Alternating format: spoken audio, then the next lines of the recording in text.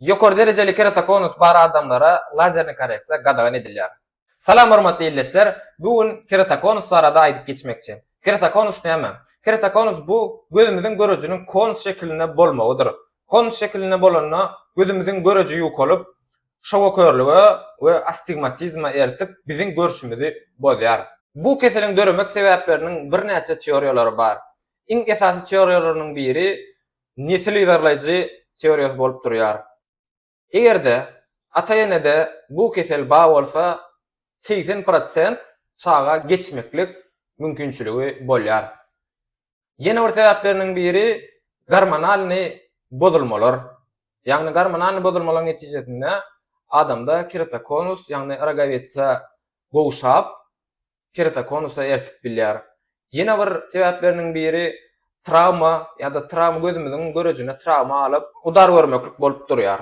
Keratokonusyň klassifikasiýasy ýa-da görnüşleri. Birinji görnüşi görüşimiz 50-80% bolup, keratometriýa 48 dioptrdan aşakda bolýar. İkinji görnüşi görüşimiz 30% bolup, keratometriýa 48-54 dioptry aralygynda bolýar. Üçüncü görnüşi görüşimiz 20%, 15% bolup, keratometriýa 54 dioptrdan ýokarda bolýar. Bu keseliň alamatlary, ýagny biziň görüşimiz peselip, şowa körlük we astigmatizmyň döremegine ýa-da atyok Rogovitsa ertýär. Keratokonusyň bejergisi ilki bilen gözümüziň sürtülmesini azaltmaly. İkinji bilen açkylar, ýagny biziň şowa körlügimizi korrigirat etmek üçin. Üçüncüden, ýagny astigmatizm ýokarky derejelerine spesialny jostky kontaktny linzalary ýa-da skleralny linzalary ulanyp astigmatizmy dogurlamaly. Ýene bir metodlarynyň biri Rogovichny kollagenowy cross-linking.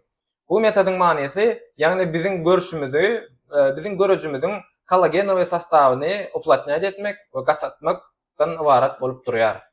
Ýagny bu keseliň iň agyr derejelerine keratoplastikany, ýagny Rogovitsany ýa-da gözümüziň görejini sarsmakdan ibarat bolup durýar. Ýene bir möhüm maglumatlaryň biri keratokonus bar adamlarda lazerni korreksiýa gadagan edilýär.